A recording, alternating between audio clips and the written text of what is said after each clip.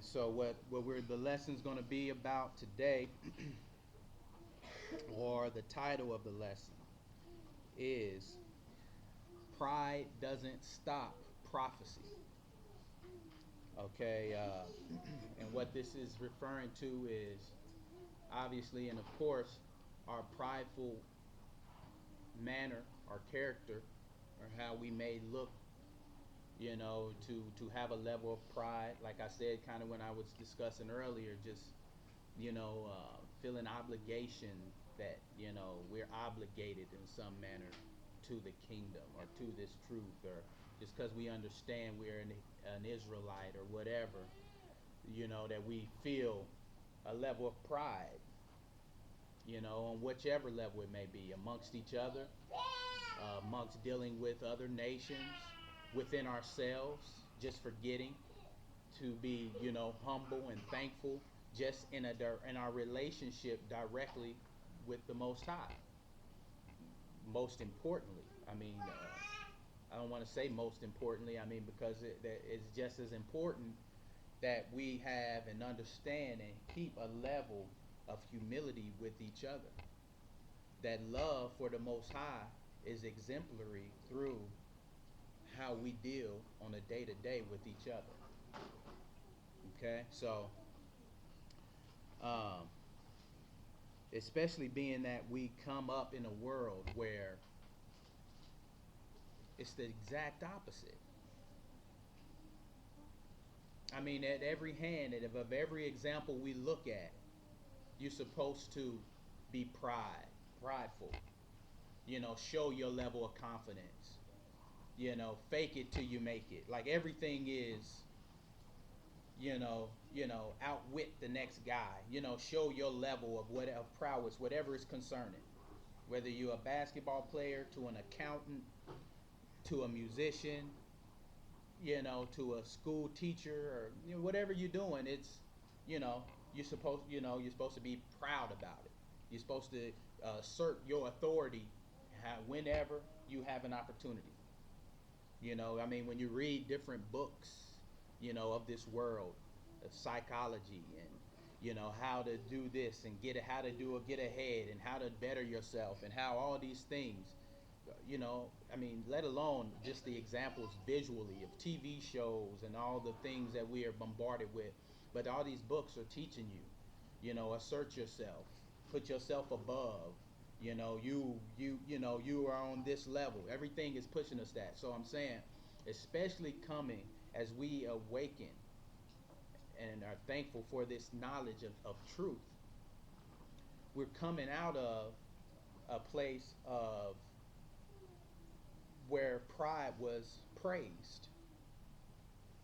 Taking a stance of pride was a great thing. The person in the executive room and the boardsmen and all these different people, are looked at in some kind of way because they walk around and exerting pride, right? It's just overwhelmingly what we see coming out of the world. But when we go into the scriptures, we're going to learn and understand the importance of humility.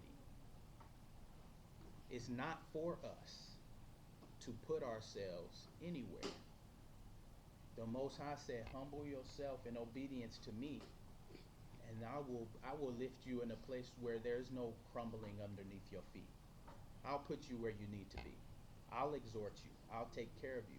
It's not for us to look to be prideful and put ourselves nowhere. So that's kind of what we're dealing with today. So first, let's go to Isaiah chapter 57.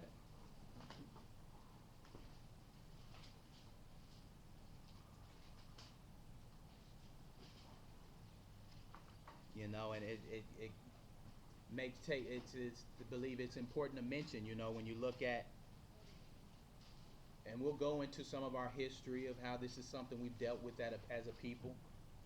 But when you look at some of the places that the Most High has come and destroyed, it has been profound.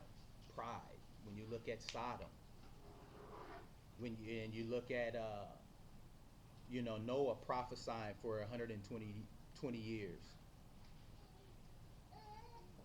There was pride. This people because, and I don't want to get put, go you get ahead of myself, but there we have to understand that a level of humility has to come in order to correct ourselves.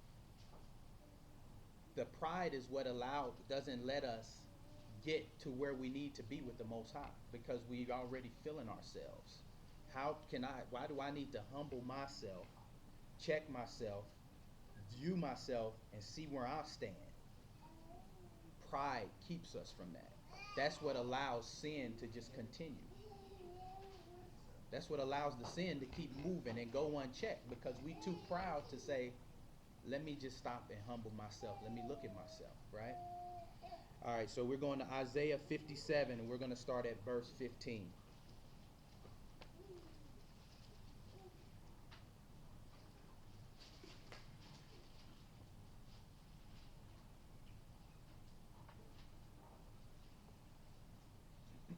And I want to put it out there. This message isn't for anybody but you. We need to learn how to understand what the scriptures is saying concerning our own salvation. We can't get caught up in what nothing else. Worried about what nobody else is doing, how somebody else is, or whatever. We better take this roll and eat it.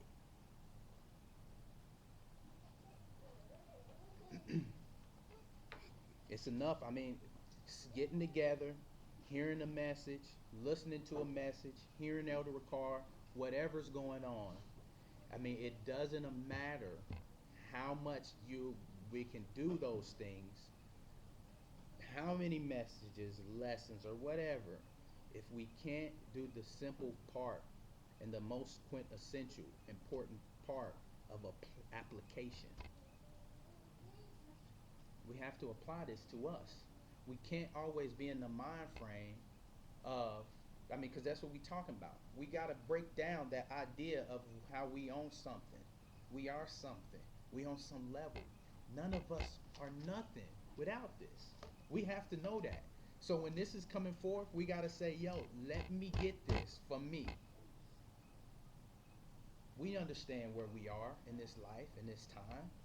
It's not time to really play. You know what I mean?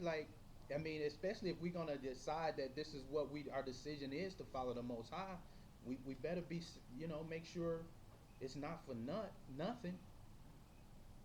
This is for us. This is for you, me, every person. That's what the word is always for. We got to take it that way. Isaiah 57, verse 15.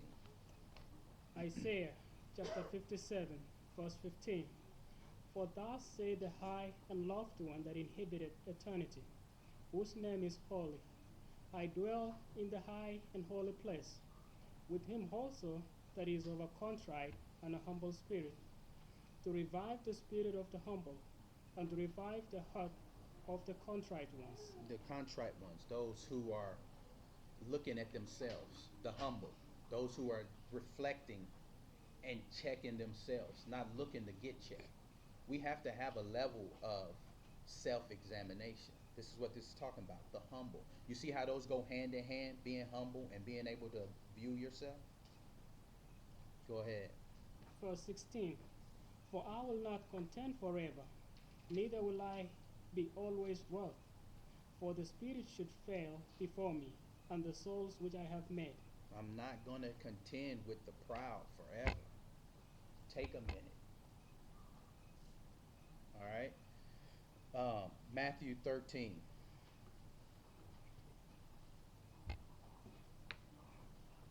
Our own pride and stiff-necked ways keeps us from growing, from receiving growth, receiving the Most High's knowledge, receiving what the Most High has for us. We be the ones in our own way. If we trust Him, trust Him. Trust Him completely. Trust all of His word. Don't decide on this part you got a higher way of dealing with it. Like, yeah, I know this, that, this, and the other, but when it comes to that, I think I should take another way. We're gonna get to it. There's only one way. Christ, the Word. If we decide to try to enter any other way, you're not gonna get in. We can't compromise and start finding our own niches and glitches. Matthew 13, verse 10.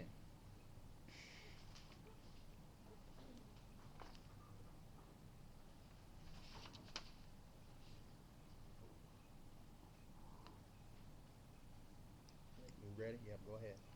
Matthew chapter 13, verse 10. And the disciples came and said unto him, Why speakest, why speakest thou unto them in parables? Verse 11. He answered and said unto them, Because it's given unto you to know the mysteries of the kingdom of heaven, but Mm. now to them it is not given. Mm. Verse 12. For whosoever hath, to him shall be given, and he shall have more abundance. You see what that said in verse 11? He answered and said unto him, Because it is given unto you to know the mysteries of the kingdom of heaven, but to them it's not given. So we were talking about everybody isn't going to be given the eyes to see. That's a level of humility and appreciation. Go ahead. You can go pick up back at 13. Okay. Matthew chapter 13, verse 13. Therefore speak I to them in parables, because they seeing see not, and hearing they hear not, neither do they understand. Verse 14. And in them is fulfilled the prophecy of Esaias, which said, By hearing ye shall hear, and shall not understand, and seeing ye shall see, and shall not perceive. Verse 15. For this people's heart is waxed gross, and their ears are dull of hearing, and their eyes they have closed, lest any time they should see with their eyes, and hear with their ears, and should understand with their heart, and should be converted, and I should heal them. Verse 16. But blessed are your eyes, for they see, and your ears, for they hear. Verse 17. For verily I say unto you, that many prophets and righteous men have desired to see those things which ye see, and have not seen them. Many people, it's not a light thing. It's not a light thing. Many wish. I mean, we have the keys, do you understand, to the kingdom, to the everlasting kingdom. Many, we can't take that lightly and be obligated. We have to understand, even at the simplest level, that level of humility and obedience and thankfulness. Go ahead. Matthew chapter 13, verse 17. For verily I say unto you, that many prophets and righteous men have desired to see those things which ye see, and have not seen them, and to hear those things which ye hear, and have not heard them. Verse 18. Hear ye, therefore, the parable of the sower. Verse 19. When anyone heareth the word of the kingdom, and understandeth it not, then cometh the wicked one, and catcheth away that which was sown in his heart. This is he which received seed by the wayside. Verse 20. But he that receiveth the seed into stony places, the same is he that heareth the word, and anon with joy receiveth. Verse 21. Ye So it's saying, but he that received the seed into stony places, the same is he that heareth the word, and renowned with joy receiveth it. Right? But it's going to go on. It landed on stony place, so it didn't catch hold, though. Right? Go ahead and read the next verse. Verse 21. Yet hath he not root in himself, but dureth for a while. Right. So It landed on stone. It landed, but it wasn't able. It's the parable is comparing it to landing on a seed landing on stone and not being able to catch root. It can be, wow, man. Do you see all this information? Like, wow, this is the truth. But we have to let this deep root and dig our roots in and prepare to endure. It's not just fireworks, that this information is here. I mean, if we just catch a quick zeal and fizzle out. Go ahead. Matthew chapter 13, verse 21. Yet hath he not root in himself, but dureth for a while. For when tribulation or persecution ariseth Mm-hmm. because of the word, by and by he is offended. Mm-hmm. Mm-hmm. Verse 22.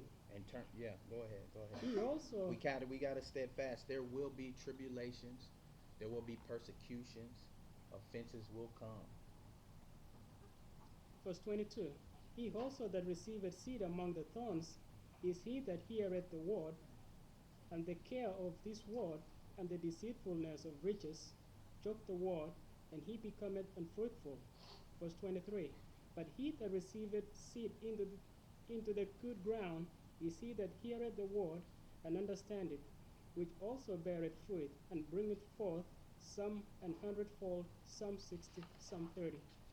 All right. So that's obviously, and of course, we want to be of those who have seed as compared to the parable of that lands on rich and fertile soil, where that can take root and we can feed it and grow and teach ourselves and learn and grow in the truth of the word. Let's get second address.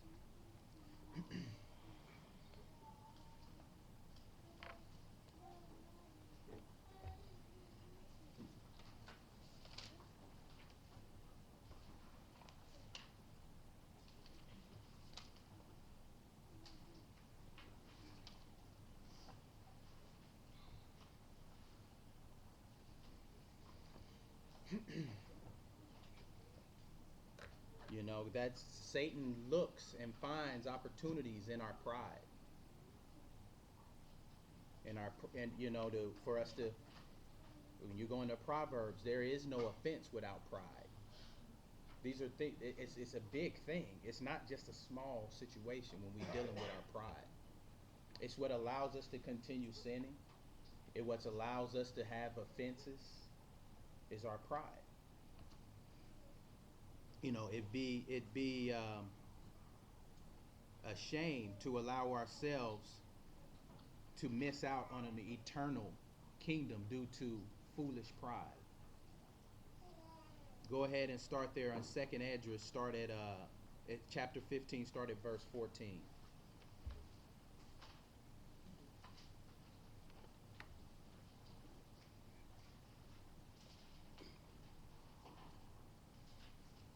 Go Chapter ahead. 15. Chapter 15, verse 14.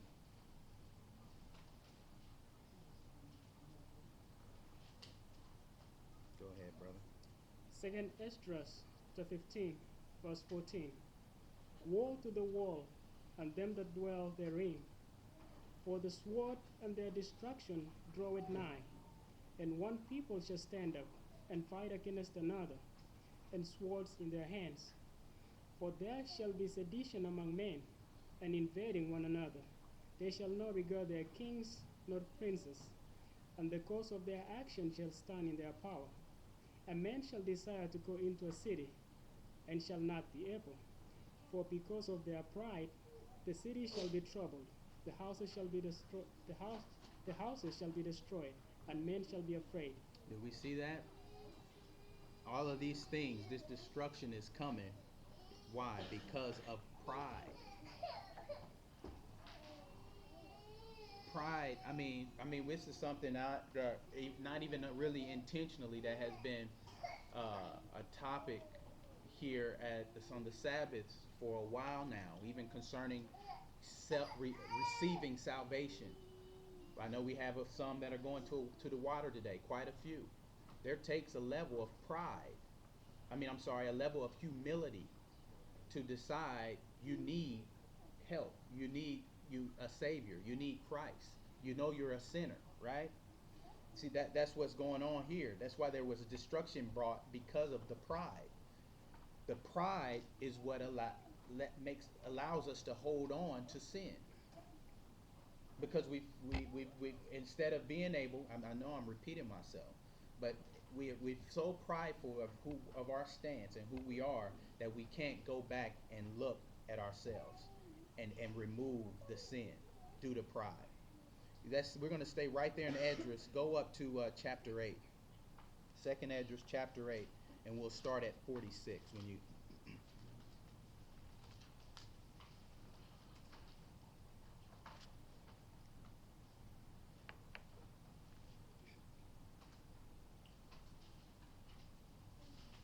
You know, that's the core of, again, the destruction that is coming today and the destruction that has come before. You know, when we look at Babylon and these things, pride.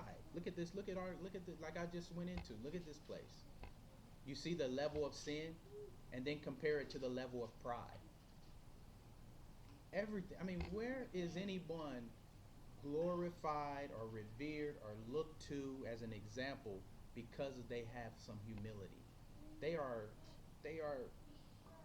treated like, you know, the worst of the worst. Like you get trampled over for having humility. Do you see that correlation? The level of sin. I mean, this place is you can't hear of some sinful act that is going to surprise you right now. And look at the pride, the level of pride. You don't even have to be on some level in this world, and people walking around with crazy pride. I mean, it is. All right, second Esdras chapter 8 verse 46. That's why that destruction is coming. They not because there's no repentance. There's no turning away from this. No. Go ahead. Second Esdras chapter 8, verse 46. Then answered he me, and said, things present are for the present, and things cometh for such as be to come. For thou comest far short that thou shouldest be able to love my creature more than I. But I have oft times drawn nigh unto thee, and unto it, but never to the unrighteous. In this also thou art marvelous before the Most High, in that thou hast humbled thyself, as it becometh thee, and hast not judged thyself worthy to be much glorified among the righteous. Right. So he's saying, in that thou hast humbled thyself. This is why he's dealing this way with Esdras. Because of his humility, and he's showing him great things and giving him knowledge. You see what he's doing? He's bringing him to a level. He's bringing him somewhere. Not Esdras understanding his greatness and taking a position and jumping up and doing things. The Most High is bringing him there. He says, in that thou hast humbled thyself as it becometh thee, and hast not judged thyself worthy to be much glorified amongst the righteous. You're not trying to glorify yourself or put yourself in a position or, say that you are something that you're not. Go ahead. Verse 50. For many great miseries shall be done to them that in the latter time shall dwell in the world, because they have walked in great pride. Right. You see that? Shall be done to them that in the latter times. Again, this is referring to destruction, too much pride, the Most High coming for judgment. What does it say? In the latter time shall dwell in the world, because what? They walked in great pride. This is the reason we fail as a people. When the Most High referred to us as being stiff-necked, being stubborn, not wanting to take a minute and reflect and say, man, we better get this right, look to be obedient. We was proud. Man, we was kings, man. The Most High came to us. We got the word. Look at what it is. Not knowing it's not them. It wasn't them. It was the Most High. The Most High put them. As soon as they removed him and started dealing themselves, look what it put where it got us. Here we are now. We are still coming in that same process of learning and understanding humility. We coming out of those same curses. It still applies right now. Verse 51. But understand thou for thyself, and seek out the glory for such as be like thee. For unto you is paradise open. Look at that. We ready to sacrifice for the glory of man, for a man to look at me and say, man, that dude show is something else. Wow, wow, look at him, because I'm walking around in some prideful way, because that's our reward, by the way. You've already received your reward. When we walking around in pride and want to make somebody think we something we not, your reward is that brother thinking some type of way about you. Congratulations. Look what's being brought here. Where you at? Read it again. 52, right? Yes, verse 52. For unto you is a paradise opened. Paradise is open to this brother. A kingdom with mansions and things we can't even begin to deal with. Even rulership and great majesty and great places. That's the types of things that the Most High is given to the humble, like Edris. This man is going to rule. Not be around here managing pebbles and stones and happy some guy think he cool. And that's it. Go ahead. Verse 52. Mm-hmm. For unto you is a paradise opened. The tree of life is planted. The tree of life. The time to come is prepared. Plenteousness is made ready. A city is builded, and rest is allowed. Ye perfect goodness and wisdom. Man. You see that? What the Most High has in store for those who can move in obedience? Plentiness is ready. A city is built. He's speaking of the kingdom. Rest is allowed. All right, let's go to Sirach, chapter 10.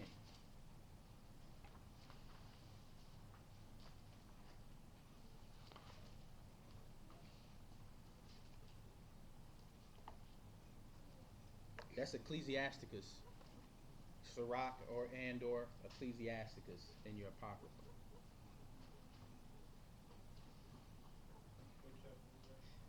Chapter 10, verse 12 is where we'll start.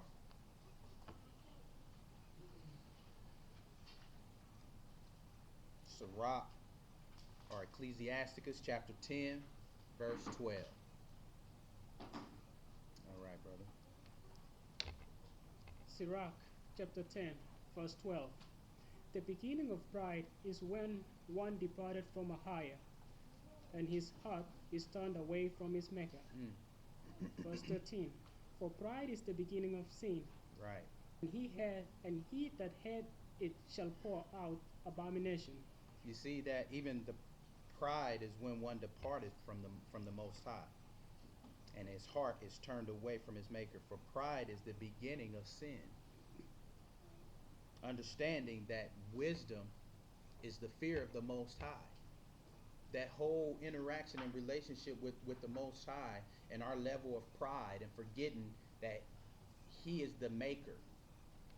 We are His creation. We are, like we read in Psalms, we are His people. Be thankful and just happy to enter into His gates. You see that's where that pride is the beginning of sin. I don't have to say it. We're reading it. Go ahead. Verse 13. For pride is the beginning of sin, and he that had it shall pour out abomination. And therefore the Most High brought upon them strange calamities, and overthrew them utterly. Because of pride. Overthrew them utterly. This is like, again, we get into the Most High bringing destruction and overthrowing due to just pride. Go ahead, because it leads to more than pride. Go ahead. Verse 14. The Most High had cast down the thrones of proud princes, and set up the meek in their stead.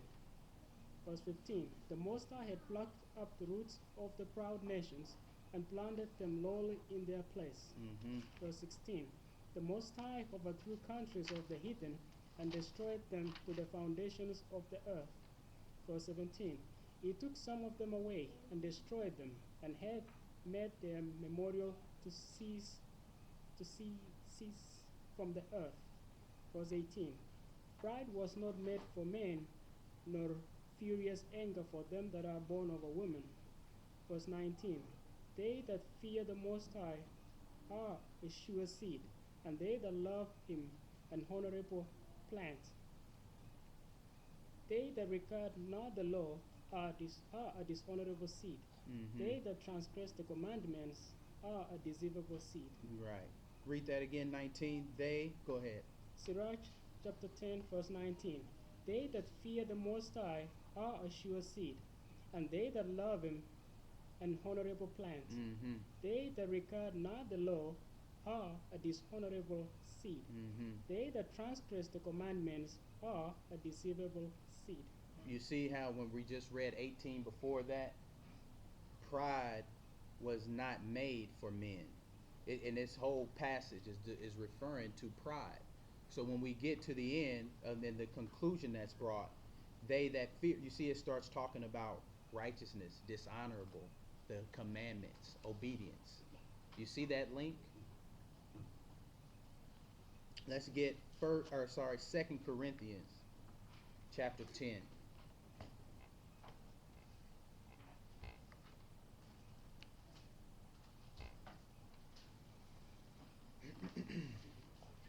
We have to pursue humility.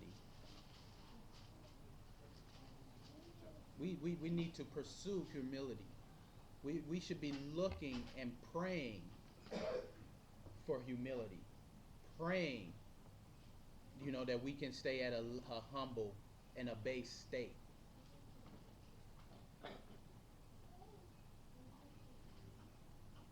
We understand enough of our history and where we've come from and why we are here. Understand our return to the Most High is based upon our humility and our obedience as looking to return back to the Father.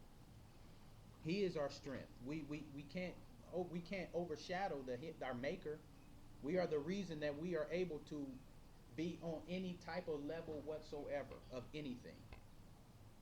That has to be understanding to fully embrace that idea. Go ahead. 2 Corinthians chapter 10, verse 5.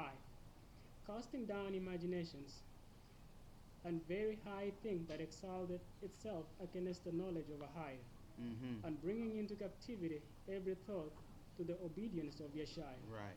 Verse 6. And having in a readiness to revenge all disobedience when your obedience is fulfilled. That's right. Once we are able to obtain a certain level of humility, we're able to properly understand His ways. That's when the Most High can reach us and be with us even on a higher level. Get Proverbs chapter 16.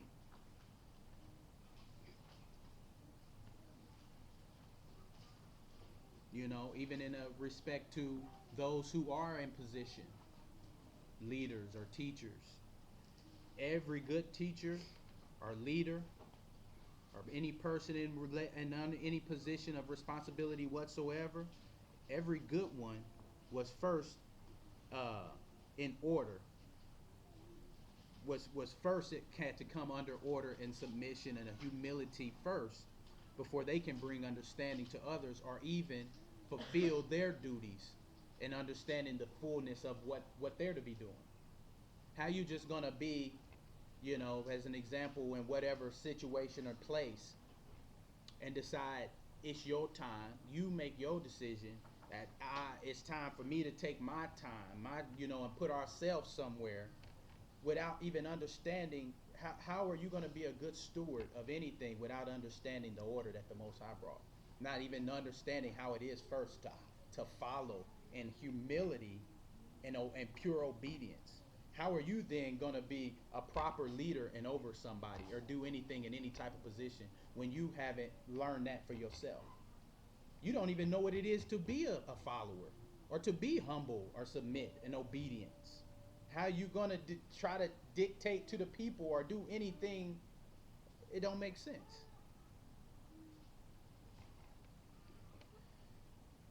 Where we at? Proverbs. Yes. Go ahead. Proverbs chapter 16, verse 17. The highway of the upright is to depart from evil. He that keepeth his way preserveth his soul. Verse 18. Pride goeth before destruction, and an haughty spirit before a fall. Pride cometh before destruction. Personally, and as men and other examples that we've looked at, where the Most High has dealt with destruction, and a haughty spirit before a fall. This is not something we should be looking to go to. We need to be praying for humility. We need to be praying to be an acceptable servant to the Most High. Go ahead. Verse 18. Pride goeth before destruction, and a haughty spirit before a fall. Verse 19. Better it is to be of a humble spirit with the lowly than to divide the spoil with the proud. Verse 20. He that handleth a matter wisely shall find good, and whoso trusted in the Most High, happy is he. It's better to be of a humble spirit with the lowly. It's better to be with those, that people may look down upon and not be in the big in crowd, or those who are respected on some high level, and be amongst them than to divide the spoils, meaning the riches or the gains, because of your pride or your victory, and taking on the things that look like what you want to be a part of, the spoils of the riches or whatever, because you with the proud crowd. And I'm expect, it's better to be with the lowly than to take part in those spoils. Isaiah 14. I'm gonna kind of speed up, try to a little bit. I'm not gonna make sure we can cover everything, but we're gonna Isaiah chapter 14 and 12. You guys hang in there with me. We don't have a whole lot more.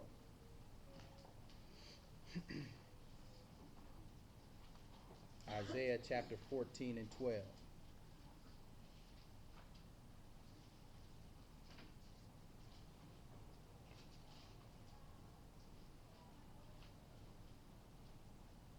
Go ahead, brother. Isaiah chapter 14, verse 12. How art thou fallen from heaven, O Lucifer, son of the morning? How art thou cut down to the ground, which didst weaken the nations? Verse 13. For thou hast said in thine heart, I will ascend into heaven. I will exalt my throne above the stars over higher. I will sit also upon the mount of the congregation in the sides of the north. Pride. Verse 14. I will ascend above the heights of the clouds. I will be like the Most High. Verse 15. Yet thou shalt be brought down to hell, to the sides of the pit. That's what happens when we lift ourselves. You see Lucifer dealing with a level of pride. Go ahead. Verse 16. They that see thee shall narrowly look upon thee, and consider thee, saying, Is this the man that made the earth to tremble, that did shake kingdoms? Verse 17. That made the world as a wilderness, and destroyed the cities thereof, that opened not the house of his prisoners. Verse 18. All the kings of the nations, even all of them, lie in glory, every one in his own house.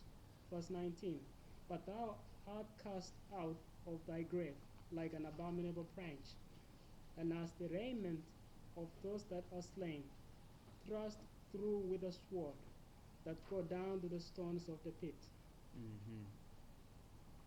That go down to the stones of the pit, as a carcass trodden under feet. Right. Get Deuteronomy chapter 10, verse 12.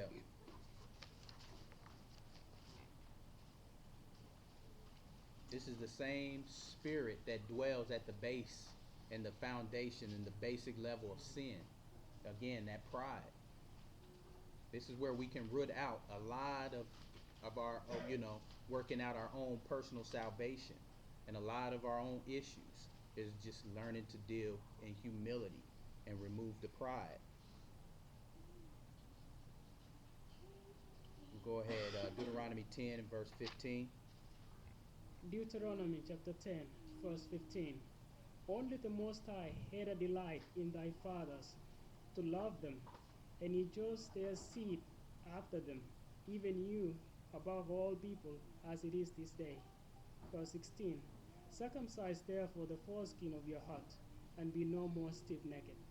Be no more stiff necked. He's saying, uh, circumcise therefore the foreskin of thy heart. Talking about inwardly. Go from there. Go ahead and go to Romans 2. Get the precept on that. Romans 2, chapter 25. And you see it refers here to us being no more stiff necked as we look to return and revert to righteousness.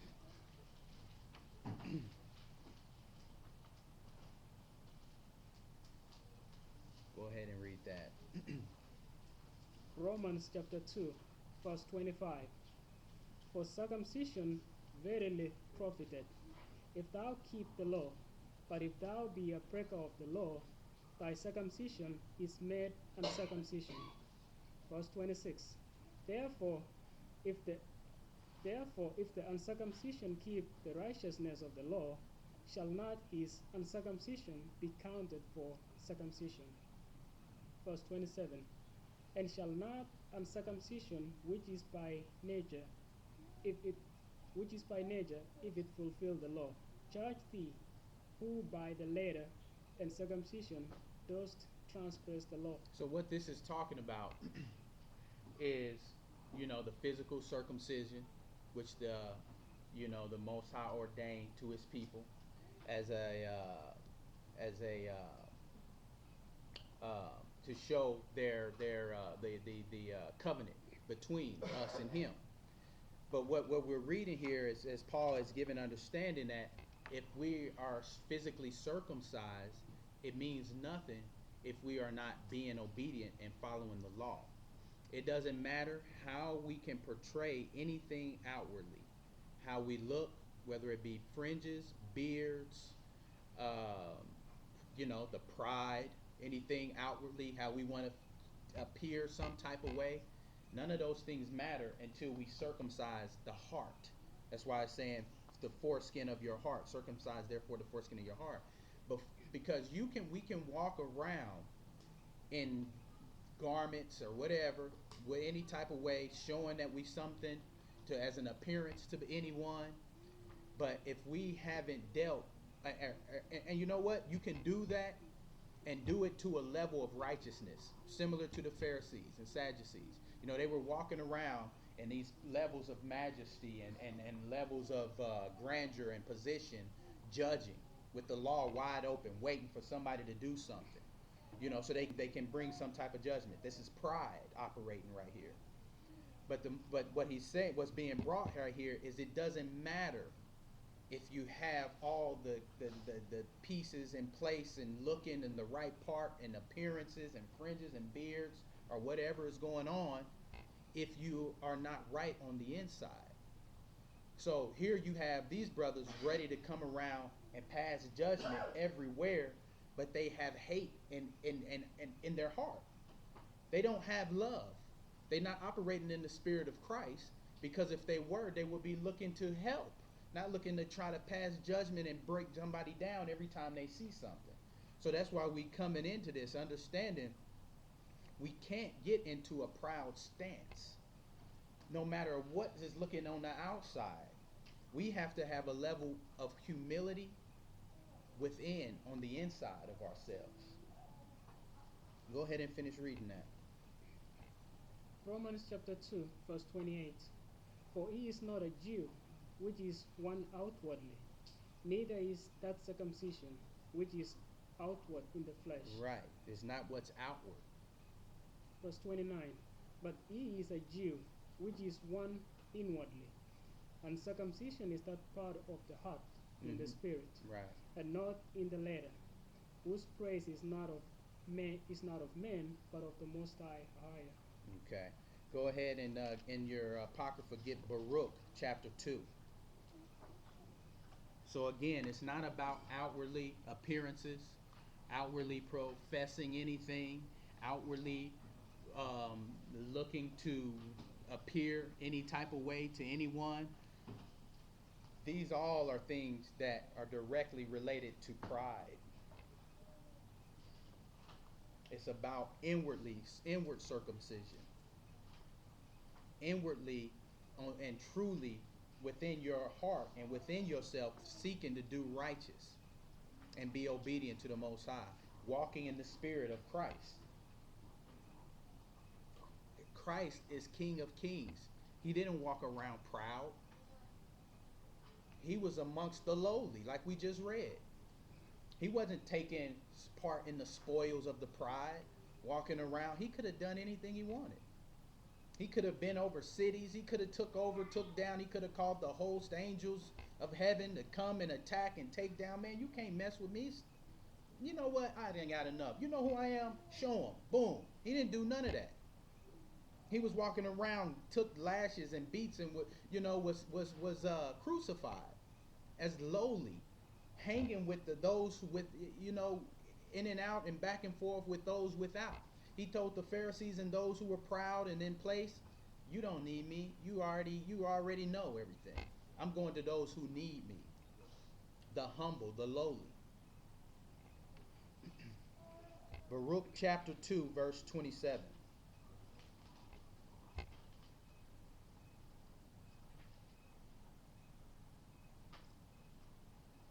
Our concern should be how we are functioning in the eyes of the Father instead of the eyes of men. That's that whole paradigm. That's that where we need to make sure we are in alignment correctly. If we concerned about everybody else, we're going to lose track and allow pride. We need to see how we dealing in according to the Most High. No man is going to judge us when it's said and done. Nobody's going to hey, hey, hey, well, hey, I was there, and man, you should see how he, tied that knot or put on his mitre. Boy, he always had on fringes. It ain't gonna matter. You should see he was just nah. The Most High knows our hearts. He knows what's really going on. We may be able to seek some level of pride or get some type of gesture from the people, depending on our outwardly situation. But that's why Christ came, to bring a greater understanding and complete the law. This is not about how you can gesture in front of people. Go ahead. Baruch chapter 2, verse 27. O the Most High, our power, thou hast dealt with us after all thy goodness, and according to all that great mercy of thine. Verse 28. As thou speakest by thy servant Moses in the day, when thou didst command him to write the law before the children of Israel, saying, If ye will not hear my voice, surely this very great multitude shall be turned into a small number among the nations, where I will scatter them. For I knew that they would not hear me, because it is a stiff-necked people. But in the land of their captivities they shall remember themselves, and shall know that I am the Most High their power. Mm-hmm. For I will give them an heart and ears to hear, Mm-hmm. and they shall praise me in the land of their captivity, and think upon my name, and return from their stiff neck and from their wicked deeds. Right. For they shall remember the way of their fathers, which sinned before the Most High. That's what we going into now, remembering the ways of our fathers.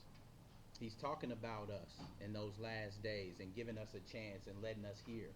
He said they will, because they're going to remember their father's stiff-neckedness.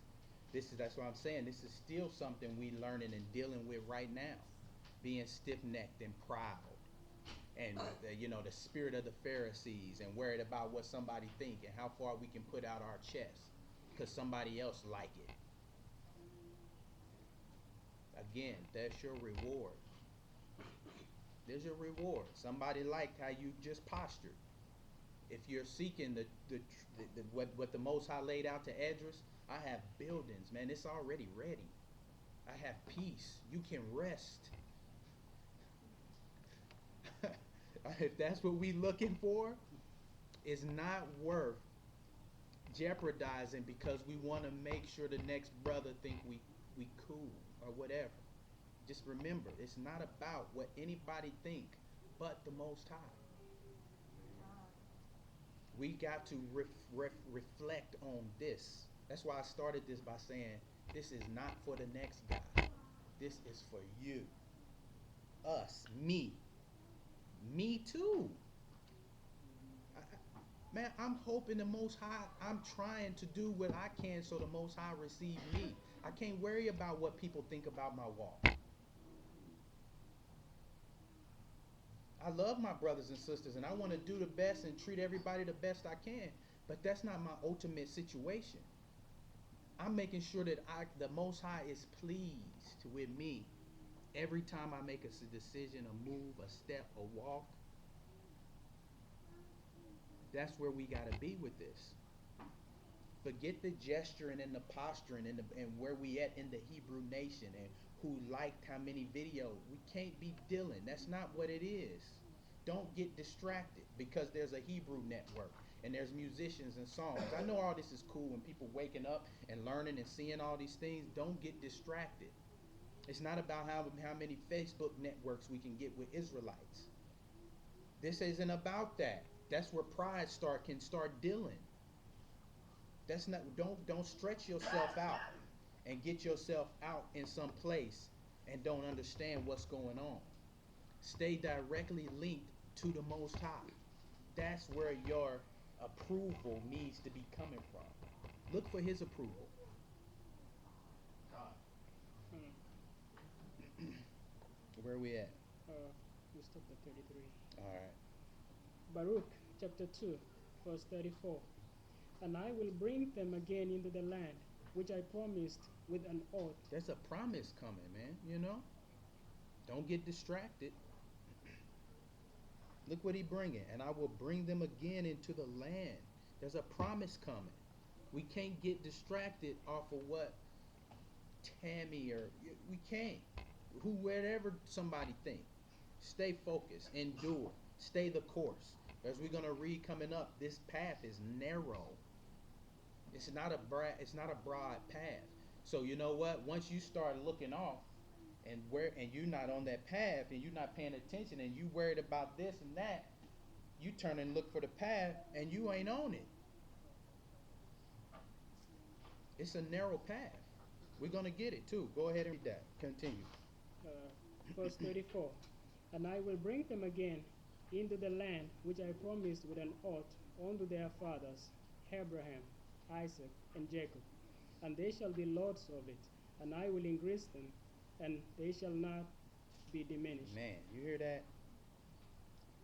And I will bring them again into the land which I promised.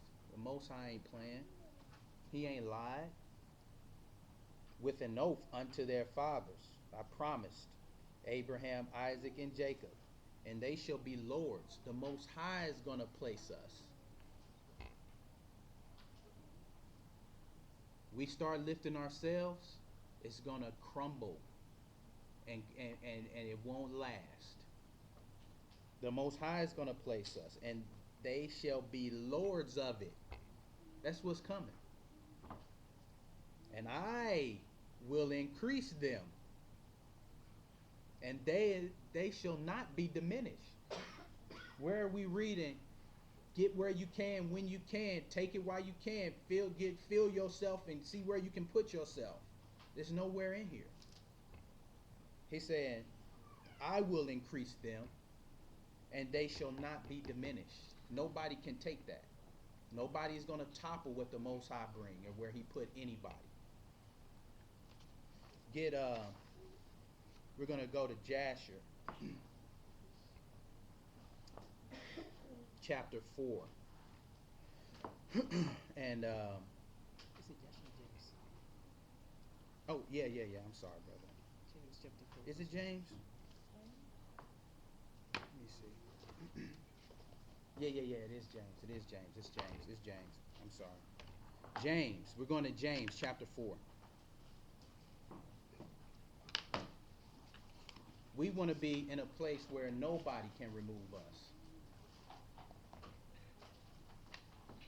Keep in mind the frivolous treasures of men that are not only temporary, but what is it anyway? What is a pat on the back? That's all it is. I'm sorry, brother. It's James.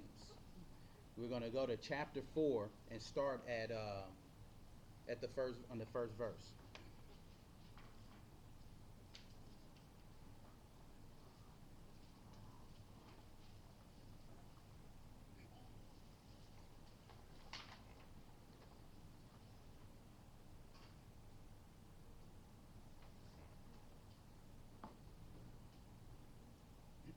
Go ahead.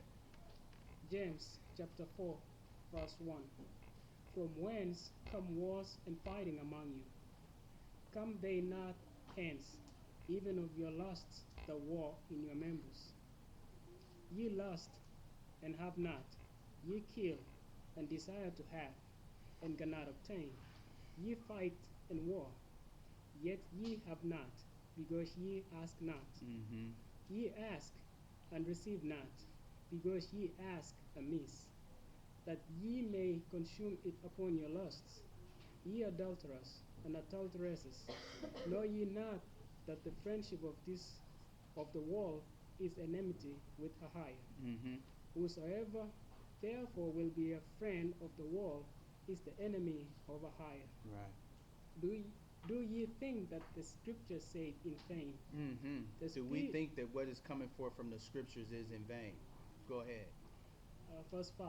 Do ye think that the scripture said in vain? The spirit that dwelleth in us lusted to envy, but he giveth more grace. Whoever he said, Ahiah resisted the proud, but giveth grace unto the humble. We're afforded grace through our humility. Verse 7.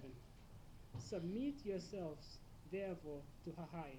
Resist the devil, and he will flee from you. Mm-hmm. See, that's when that pride is what's allowing us to stay attached and hold on to the devil and this sin. Submit yourself unto the Most High through humility and resist the devil, and then he will flee. That's how we can start to separate ourselves from sin. Go ahead. Verse 8. Draw nigh to Ahiah, and he will draw nigh to you. Cleanse your hands, ye sinners, and purify your hearts, ye double minded. Be afflicted, and mourn, and weep. Let your laughter be turned to mourning, and your joy to heaviness. Humble yourself in the sight of the Most High, and he And shall he lift shall you up. lift you up. Right. Romans chapter 3, verse 3. Again, the Father gives grace to those who are humble.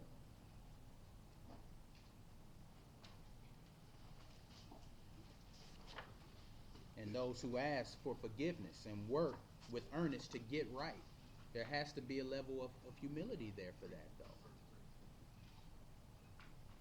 We some oftentimes are puffed up with pride, and uh, re, through such we reject the truth and grope at false doctrines to guide us along. It's important, that regardless of what we read or see or how we look on out, we have to be looking to seek the Most High and walk in the spirit of Christ. There is no righteousness through our pride. Romans 3 and 3. Romans chapter 3, verse 3. For what if some did not believe? Shall their unbelief make the faith of Ahiah without effect? Ahiah forbid. Yea, let Ahiah be true, but every man a liar. As it is written, that thou mightest be justified in thy sayings, and mightest overcome when thou art judged. Give Matthew 15. That speaks for itself. Matthew 15 and 7. Nothing or no one supersedes the word, whether we believe it or not.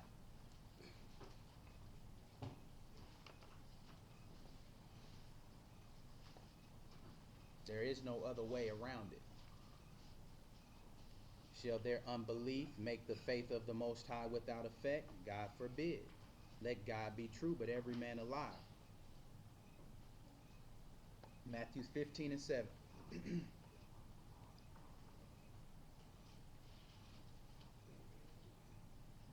This is going to kind of reflect on our prideful words, even.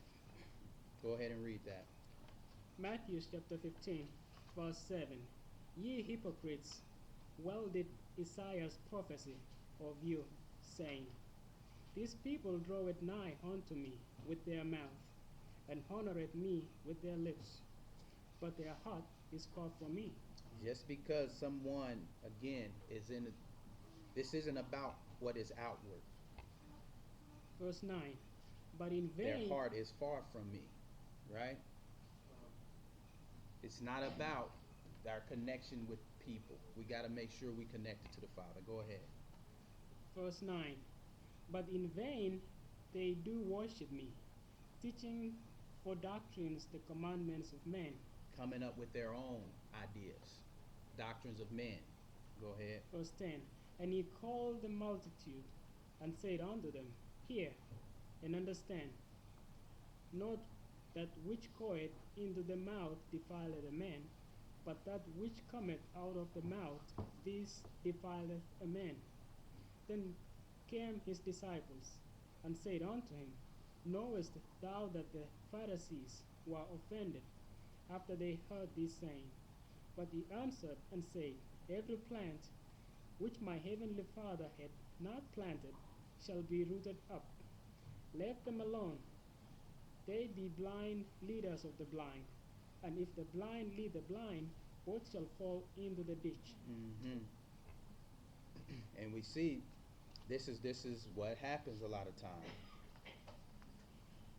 Knowing that the verse 12, then came his disciples and said unto him, Knowest thou that the Pharisees were offended after they heard this saying? But he answered and said, Every plant which my heavenly Father hath not planted shall be rooted up. Let them alone. They be blind leaders of the blind, and if the blind lead the blind, both shall fall into a ditch. Say that again. You said read that again? I'll read it again. Let them alone. They be blind leaders of the blind. If the blind lead the blind, both falling in a ditch. Both shall fall into a ditch. You know, and that's just talking about how, you know, when you read it from the top here, you know, how people, it says, This people draweth nigh unto me with their mouth, and honor me with their lips, but their heart is far from me. But in vain they do worship me, teaching for doctrines the commandments of men. So it's saying there are people who make a proclamation outwardly, like the Pharisees. It says, with their mouths, and honor me with their lips, but their heart is far from me. This is directly, again, without even being said, there you see the obvious connection to pride. People are obviously worried about others more so than their connection and walk with the Most High. But in vain they do worship me, teaching for doctrine their own ideas. Teaching for doctrine the commandments of men, like something that they have for themselves, instead of dealing directly with the scriptures. You follow me? And so what that's saying then, what can result is someone who's blind having those who are blind themselves following the blind. Right? Let's get Deuteronomy 28. We just got a couple more verses to get.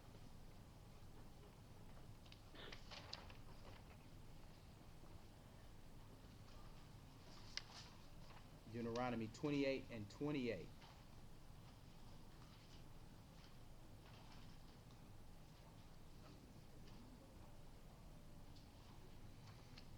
Go ahead and read that. Deuteronomy chapter 28, verse 28. The Most High shall smite thee with madness, and blindness, and astonishment of heart. Verse 29. And thou shalt grope at noonday, as the blind gropeth in darkness. And thou shalt not prosper in thy ways, and thou shalt be only oppressed and spoiled evermore. and no man shall save thee. So there's that blindness, the spiritual blindness. Spiritual blindness is a curse. We see this is the prophecy of a curse that was to come to on our people.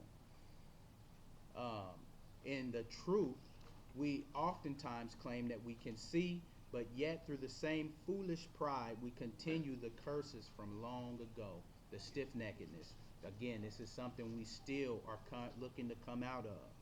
The simple facts, the simple fact proves that our stiff-necked and prideful spirits can't stop prophecy, but rather causes us to fall victim to it. And another thing I want to make sure I put out here, we're going to go ahead and get Jeremiah 3, and we'll start at the first verse. But whatever level, this isn't an end-all, be-all. This is for us to understand where faults may be. This is always when we're reading the Word, and look to apply it and correct and ourselves and better ourselves moving forward. That's all this is. So whatever, this isn't a conviction to anybody. This is for us all to make sure that in every facet of the Word and in every lesson that's brought forth, that we looking and applying this to ourselves. For we still are afforded an opportunity. We all still here breathing. But Most High, is, at the same time, He's still waiting and ready for us to return to Him right now. Go ahead. Jeremiah 3 and 1. Jeremiah chapter 3, verse 1. They say, if a man put away his wife, and she go from him, and become another man's, shall he return unto her again? Shall not that land be greatly polluted? But thou hast played the harlot with many lovers. Yet return again to me, say the Most High. Verse 2. Lift up thine eyes unto the high places, and see where thou hast not been lean with, lined with. Has not been lined with. Talking about where haven't you been, Israel? Who haven't you lain with? Referring as a parable to a harlot. Saying where haven't you been, right? The Buddha, you name it, everything. Verse 2. Lift up thine eyes unto the high places, and see where thou hast not been lined with. In the ways hast thou sat for them, as the Arabian in the wilderness, and thou hast polluted the land with thy whoredoms and with thy wickedness. Therefore the showers have been withholden, and there hath been no later rain, and thou hast a worse forehead. Thou refusest to be ashamed.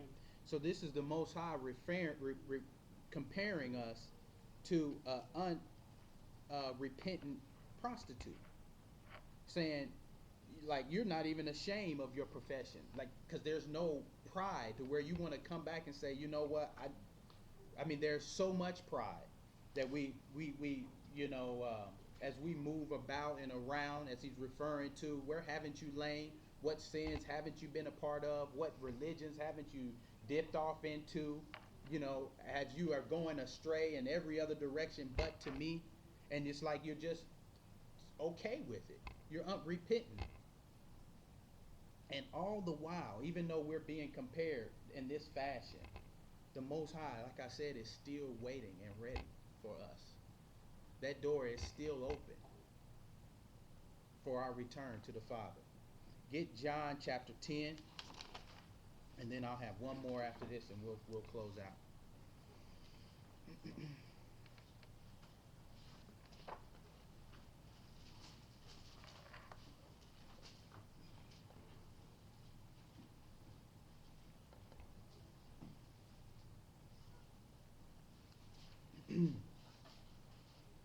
John chapter 10, we're going to start at verse 1.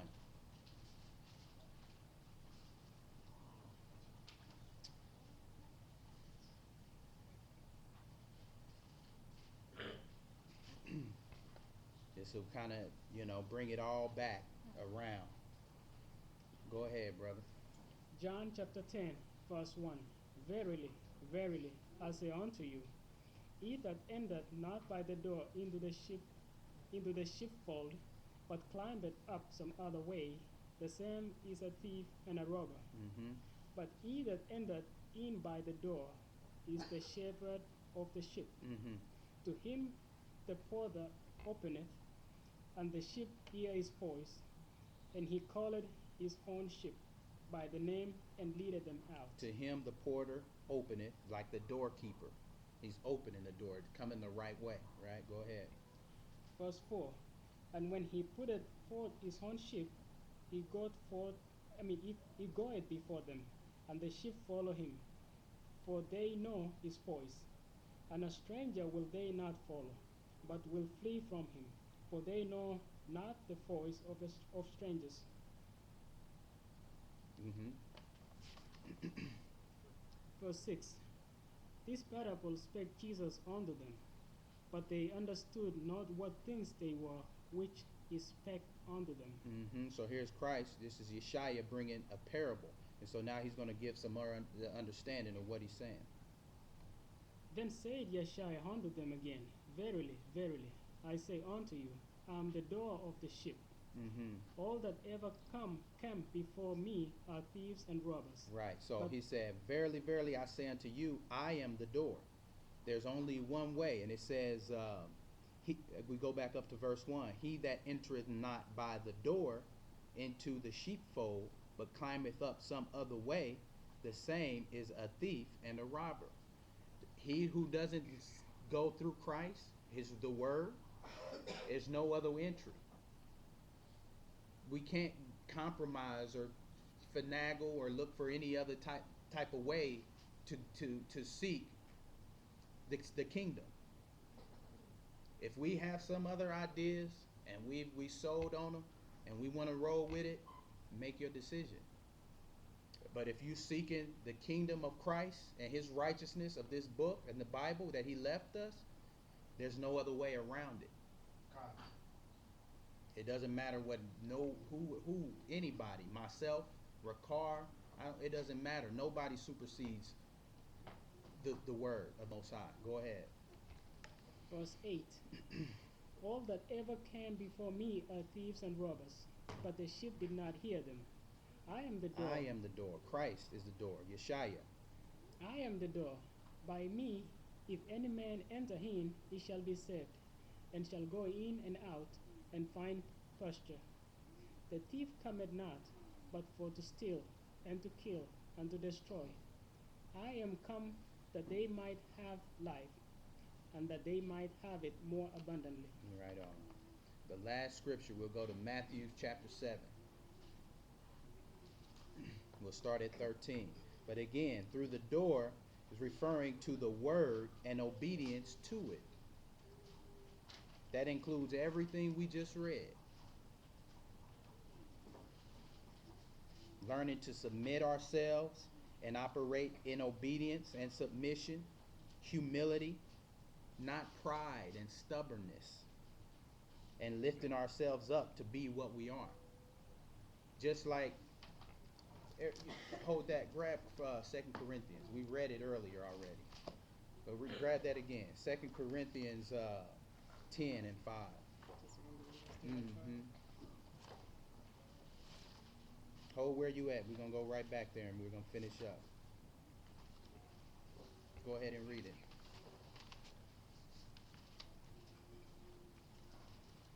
Mm-hmm. 2 Corinthians chapter 10, verse 5. Casting down imaginations, and every high thing that exalted itself against the knowledge of a higher. Right. Casting down all imaginations, anything we can come up with, commandments of men, creating our own doctrines and ideas.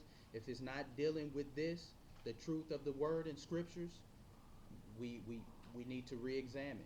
There's one way, the door, through the door, which is Christ, the truth and obedience to his word. Go ahead and read that. From the top or just Yeah, you can read it from the top again. casting down imaginations, and every high thing that exalted itself against the knowledge of a higher, and bringing into captivity every thought to the obedience of To Yeshua. the obedience of the word. That's the only way. Read that, verse 6. Verse 6. And having in a readiness to revenge all disobedience, when your obedience is fulfilled. Right. to revenge disobedience, to check and put in place our disobedience. So let's go back and get ready to wrap things up. Matthew 7, we'll start at verse 13. There's no other ways into the kingdom.